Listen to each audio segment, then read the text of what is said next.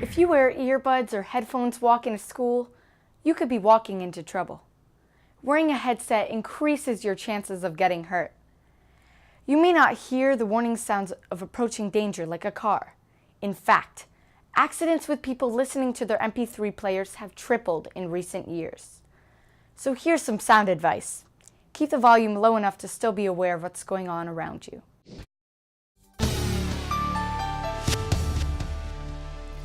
If you play a sport, you know that having a great coach is really important.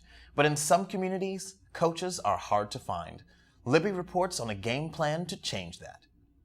Sports are more than just fun.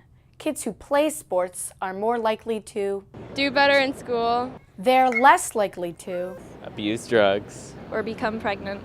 And they're less likely to be overweight. And yet, sports programs in public schools across the country are being reduced, cut, downsized. In fact, almost $4 billion have been cut from sports programs in recent years. Especially hard hit are kids in poor areas. Only 3% of them get to play organized sports. As a result, there are lots of kids out there who want to play sports but don't have what they need most: coaches to work with them. That's where an organization called Up to Us comes in. Up to Us was started because we know that kids all over America, particularly in our cities here, need sports. I mean, sports is such a fundamental part of growing up, and you learn so many values from sports that you take with you for the rest of your life. With help from the federal service program AmeriCorps, Up to Us started coaches across America. So far, they've trained more than 1,000 volunteers to be coaches in 25 states. Catrice McNeil was recently named their Coach of the Year. He really understands his players because he was once in their shoes. It was really tough growing up in my neighborhood because they really didn't have any organized sports team. Everything was just surrounded by violence and just inner city crime youth. So I wanted to find an outlet and something positive where I can be able to say I don't have to get involved with that so much and just I can do my own thing.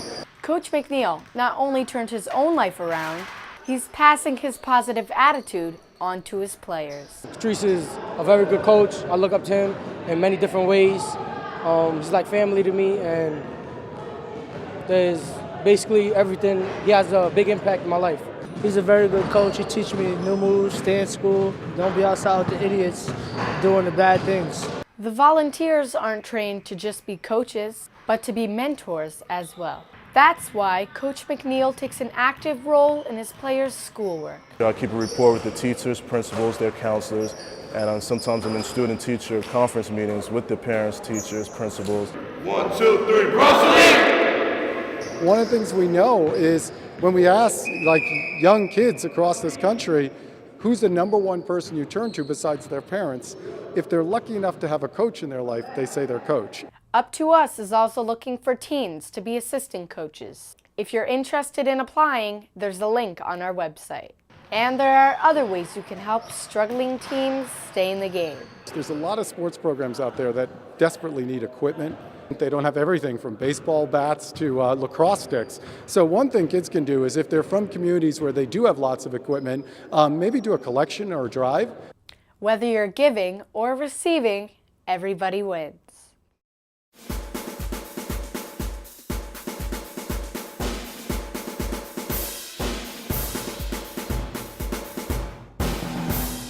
When you think of digging for diamonds, you probably think of Africa. But diamond mining does exist in the U.S., in one place, Arkansas. That's why the state flag's most prominent feature is a big blue and white diamond. The flag of Arkansas pays tribute to the diamonds that have been mined in that state. If you look at the flag, you'll see a diamond shape with stars inside of it, and also the white field is in a diamond shape. Arkansas was the 25th state to enter the Union, and there are 25 white stars on the border. The blue stars stand for countries that have claimed the area through its history: Spain, France, the USA, and one other.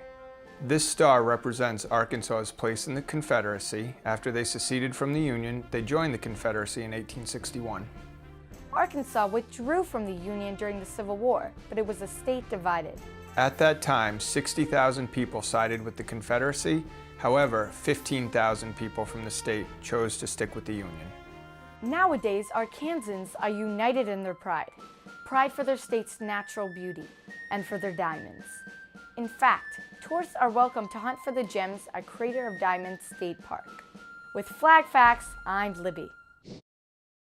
Want to provide a source of energy? Just breathe. A new kind of carbon recycling system turns human breath into biofuel. It collects the carbon dioxide we exhale to feed algae that's then converted to fuel. This is not science fiction. This carbon recycling system is already being used at the John Lennon Airport in England. As Lennon himself would say, imagine. Here's a statement cat lovers won't like.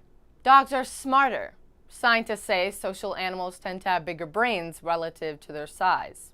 Dogs are more social, so they tend to have bigger brains. Well, that certainly gives pet owners pause for thought. Mother Nature may have pulled the greatest prank of all time. For years, there have been countless stories of people seeing a huge creature swimming in Loch Ness. That's a lake in Scotland. And for years, people have tried to prove that there really is a Loch Ness monster. Well, one man claims he's discovered Nessie, as she's fondly called, and she's not terrifying, but rather a bit shy.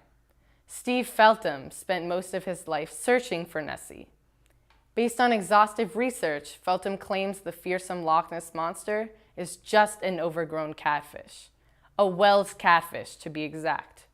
He says the species can grow to be 13 feet long and weigh up to 900 pounds, and that it's harmless. If it's that big and it swims in a Scottish lake, as far as I'm concerned, it's still a Loch Ness monster.